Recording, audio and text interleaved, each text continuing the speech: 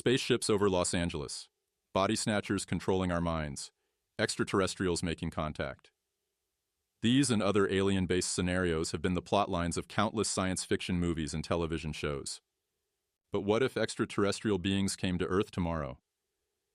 Would they signal the birth of a new age of peace and prosperity, or trigger a war of the worlds?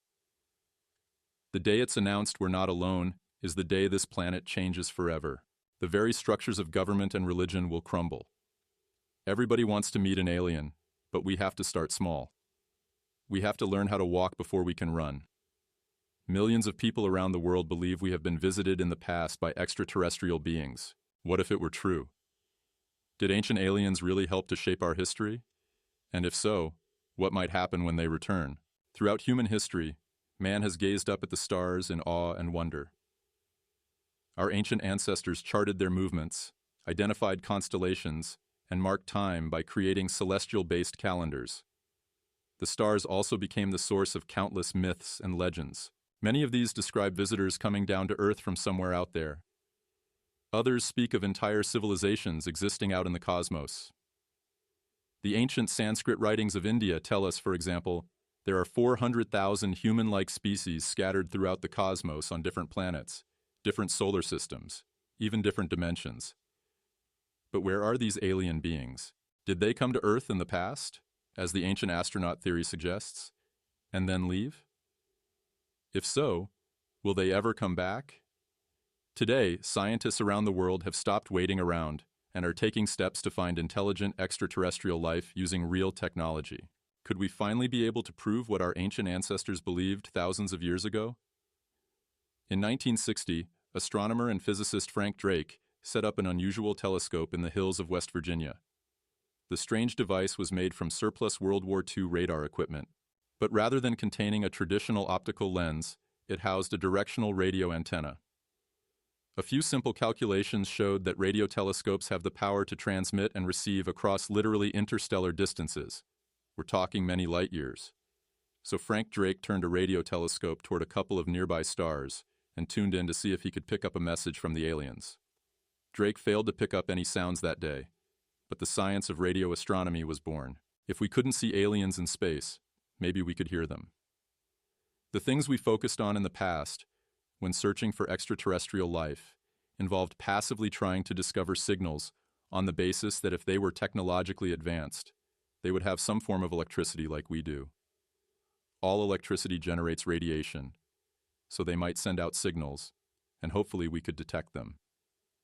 In 1961, Frank Drake and a group of astronomers, physicists, and biologists formed a privately funded organization called SETI, the Search for Extraterrestrial Intelligence. Their goal was to focus massive radio telescopes toward space and listen. Drake estimated the probability that intelligent life existed out in the universe in a formula that became known as the Drake equation. The Drake equation is like a bridge between scientists and non-scientists because it explains what you would want to know to give a number about how common alien life could be.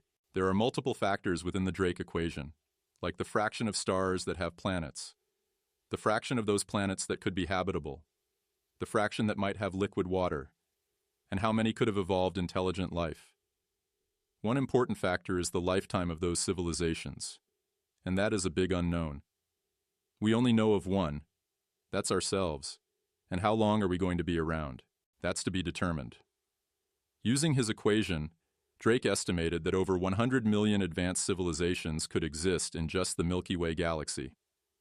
SETI presupposes that if you've got an alien civilization capable of traveling, and that's developed electronics, they have a fingerprint. That fingerprint is a repetitive signal. A repetitive signal will tell us that it's not just noise or random frequencies out there, but a real attempt at communicating, maybe not with us, but with each other. On August 15, 1977, astronomer Dr. Jerry Amon was working on a SETI project at Ohio State University when he recorded an intermittent signal coming from the direction of the constellation Sagittarius. The signal lasted 72 seconds before being lost. Amon believed that it was of extraterrestrial origin, but despite repeated searches and increasingly larger telescopes, the signal has never again been detected. But what if SETI intercepts a transmission from another world? What would happen next? According to SETI's post-detection protocols, Once an extraterrestrial radio signal is confirmed, news of the event should be kept secret until the authorities have been notified. The government will then decide whether or not to try and make contact. I think all bets are off because here is this message that could contain enormously important information that will transform our society and maybe destabilize it. What is it going to mean for the future of our civilization? These are momentous questions. Today, SETI continues to scan the vicinities of nearby stars for artificially produced signals using several of the world's largest telescopes. In the next several years, when it becomes fully operational, SETI's new Allen telescope array will allow for the reconnaissance of up to 1 million stars.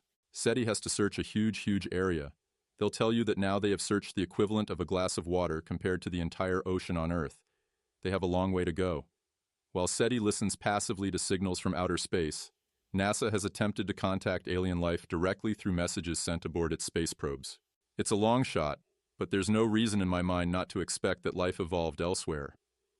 What's harder to predict or try and understand is how likely it is that it happened close enough that there'd be someone we could actually communicate with. In 1972, NASA agreed to attach small plaques onto the outside of its twin Pioneer space probes, the first human-built objects destined to leave our solar system. NASA contacted Cornell University professor Dr. Carl Sagan to craft the message. Carl Sagan was one of the most active astronomers in the search for life outside our planet. He was a very prominent scientist, an excellent astronomer, and he really did a lot to help us understand how we might contact other life or detect life elsewhere in the universe.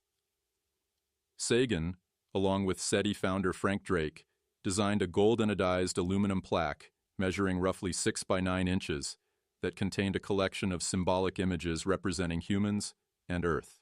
The man and the woman are nude, and the gentleman was holding one arm up like this, intended to be a sign of greeting. A schematic design of the solar system was also shown, with the planned trajectory of the Pioneer spacecraft marked on it. A diagram of 14 pulsar stars around the Sun made a chart that might help someone work out where the craft originated. We tried to give them an idea of where we're located, and that's an interesting problem, to figure out how you would tell someone where you're located in space because you don't know where they're going to find it. It was all in a very stylistic design, but an attempt to hopefully communicate at least some of these ideas. 5 years later, in 1977, Dr. Sagan got a second chance at designing an interstellar message when NASA agreed to attach another one to the Voyager space probes.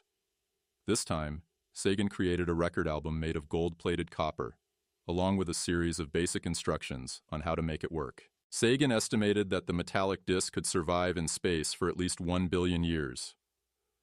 One of the challenges with technology is trying to figure out one that can do what you want. Here, you want to encode audio and even some video images, but do it in a way that almost any other technologically advanced society could figure out. The advantage of a record player is it's both mechanical and electrical. The grooves are obvious, so they actually put on the cover instructions on how to play it. The recording included a wide variety of sounds: a baby's cry, wind, surf, rain, animal noises, as well as classical and cultural music from around the world. One interesting song selection was Chuck Berry's rock and roll hit Johnny B. Good. Music is a good choice because almost anything vibrates and makes sound, so I would bet that almost any culture would develop music. I believe it's Bach who gets the most time on the record.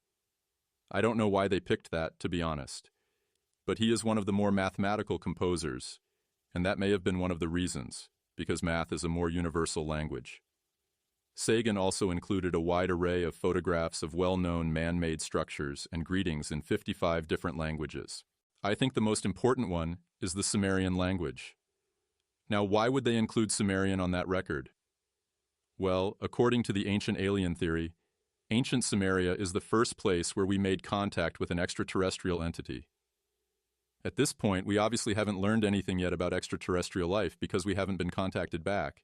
But I think for our own purposes, anytime you try and figure out how you want to communicate something, it pushes your boundaries and understanding of communication itself.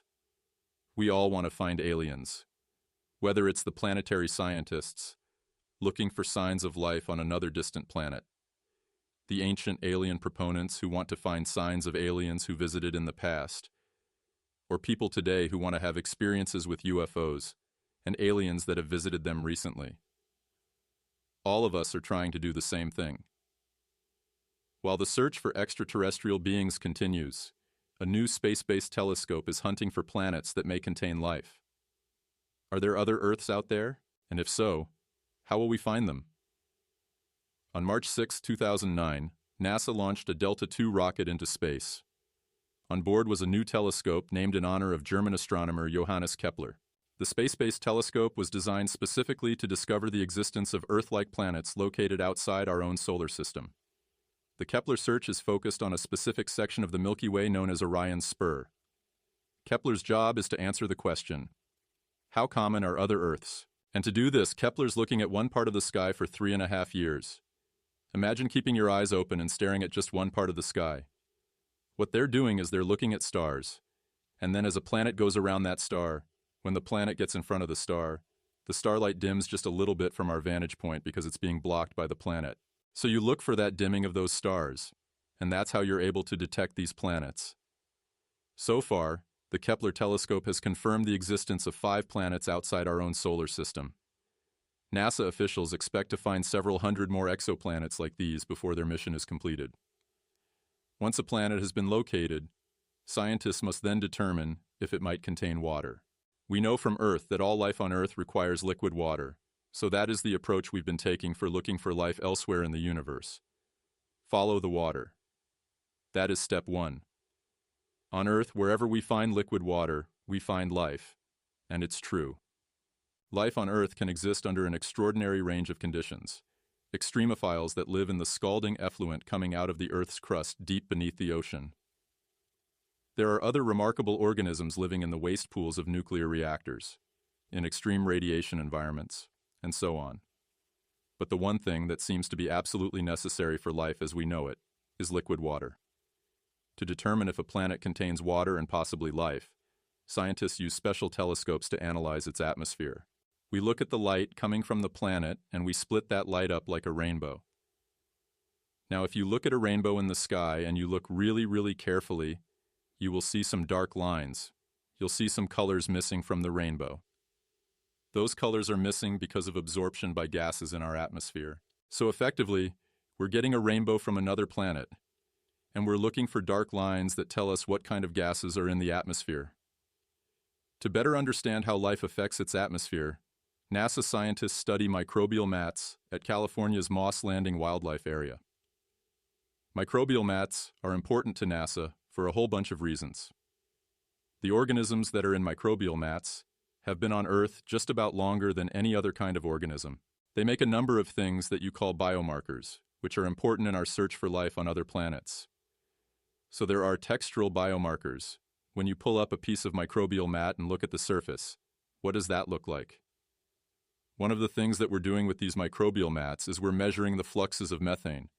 Methane is a gas produced by certain kinds of organisms that use the organic matter that's in these mats. When that methane goes into our atmosphere, it can be detected by other missions such as Terrestrial Planet Finder, one of NASA's concept missions for looking for gases that are produced by life on exoplanets. We can look for the signature of oxygen or water on a planet, and at least that would give us an idea of life forms like ourselves, ones that are carbon-based and use oxygen and carbon dioxide cycles.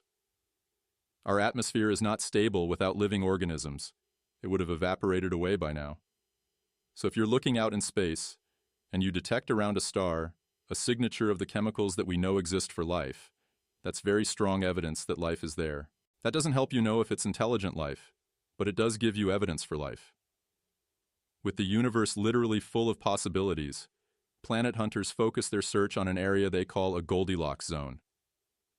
The Goldilocks zone for planets is the place where a planet is not too hot, not too cold, but just the right temperature for life. Right now, we know of no planets like Earth in a Goldilocks zone. One planet comes close. It's called Gliese 581d. We're not entirely sure if that planet is really in the Goldilocks zone or not. In recent years, it's been recognized that there's more than one Goldilocks zone.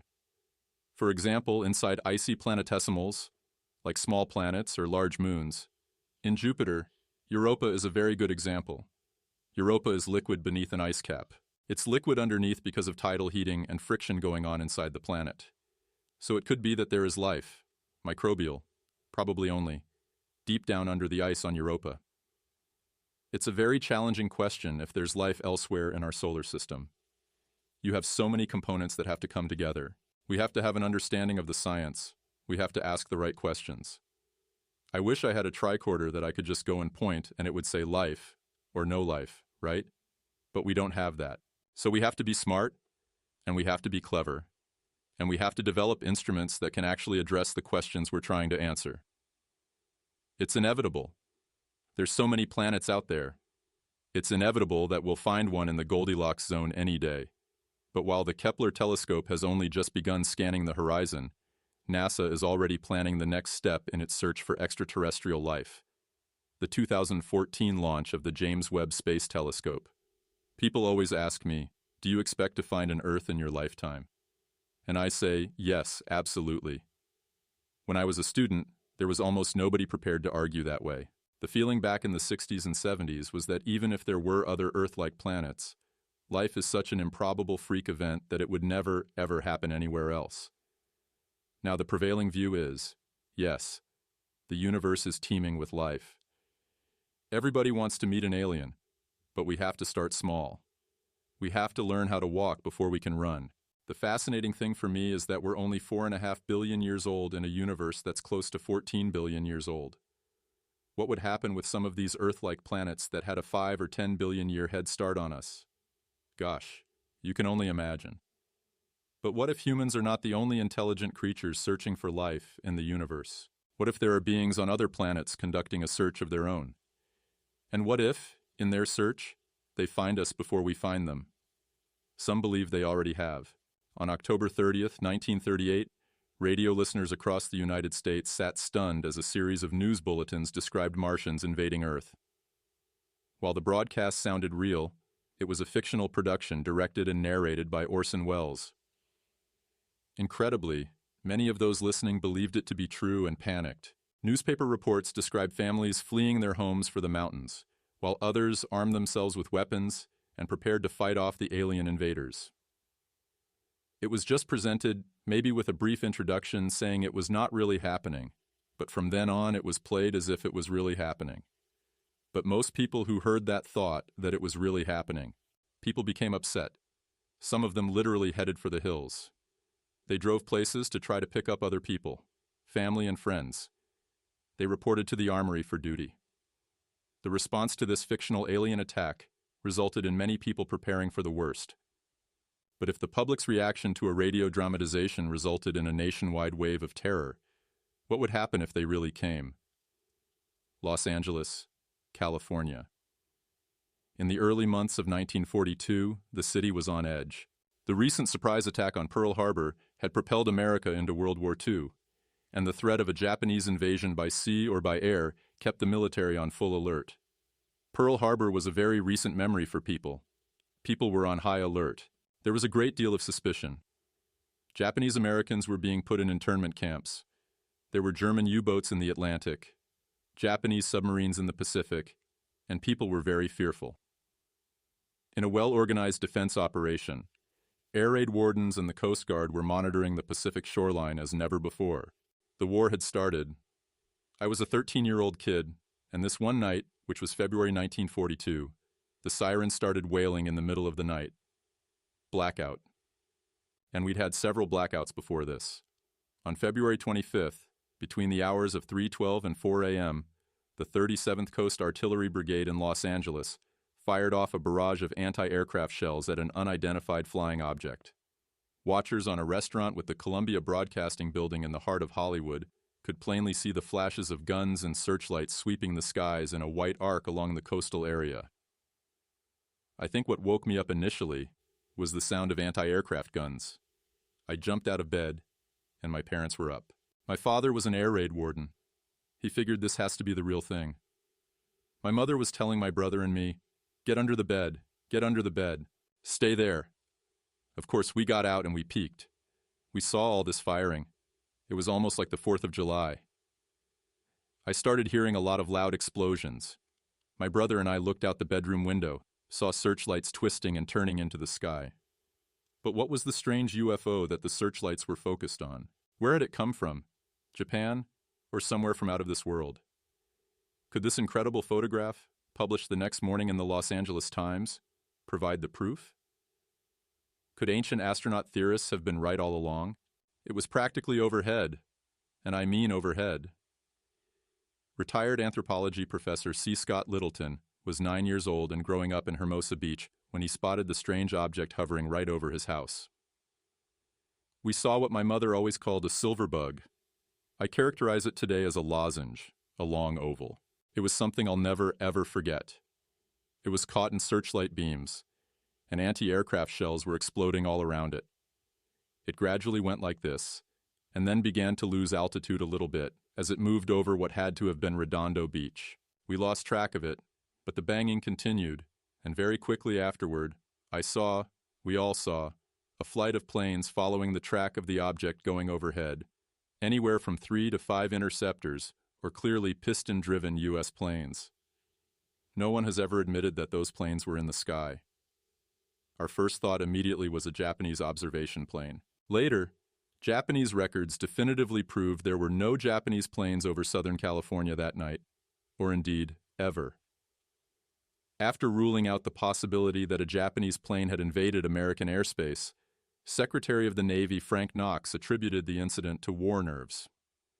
But Secretary of War Henry Stimson quickly refuted this explanation, defensively declaring that an actual aircraft had been the target of the assault. To this day, no one seems to know just what or who was hovering over Los Angeles that night. Some claim that the Los Angeles air raid was nothing more than an elaborate training exercise, a show put on by the military to keep citizens on the ready in case of a real attack. Others allege that the unidentified flying object was, in fact, a barrage balloon that had broken loose from its tether. But even that explanation doesn't seem credible to those who witnessed the actual event. One place where there were barrage balloons, they were anchored above the aircraft plants in El Segundo, Douglas, North American. It would have to have slipped its tether, floated north up to the Santa Monica Mountains, and then back down this way. Barrage balloons don't maneuver like that. Regardless of the controversy, one fact is undisputed. An estimated 1,400 shells were fired at the strange object, and shrapnel rained from the sky for over an hour. But what were the guns aimed at? Would the Army really have put civilian lives in danger for a drill? Major panic. 6 people got killed due to car accidents and being hit by falling shrapnel. A friend of mine said he witnessed a piece of shrapnel go through his neighbor's garage roof. So, oh yeah, there was some damage from falling shrapnel. The next morning, there was something in our backyard. My mother told me to go roll it up. It was like a tarp or something. And when I bent down or kneeled down in the grass, I cut my knee. And I have my piece of shrapnel. I kept it all these years. Here's my shrapnel. It is very sharp. By a process of elimination, the most efficient, and I say this as a scholar, the most efficient explanation is that it was what we would call today a UFO, something not of this world, something that belonged to another technology. If that's true, then this event was one of the largest mass UFO sightings in history. Over 1 million people saw it. But whether it was a UFO or not, the memories remain vivid for those who saw something in the sky that night. So vivid, in fact, that many of them gather each year at Fort MacArthur in San Pedro, California, to reenact this mysterious event. The city went crazy. They thought we were being attacked by Japanese planes.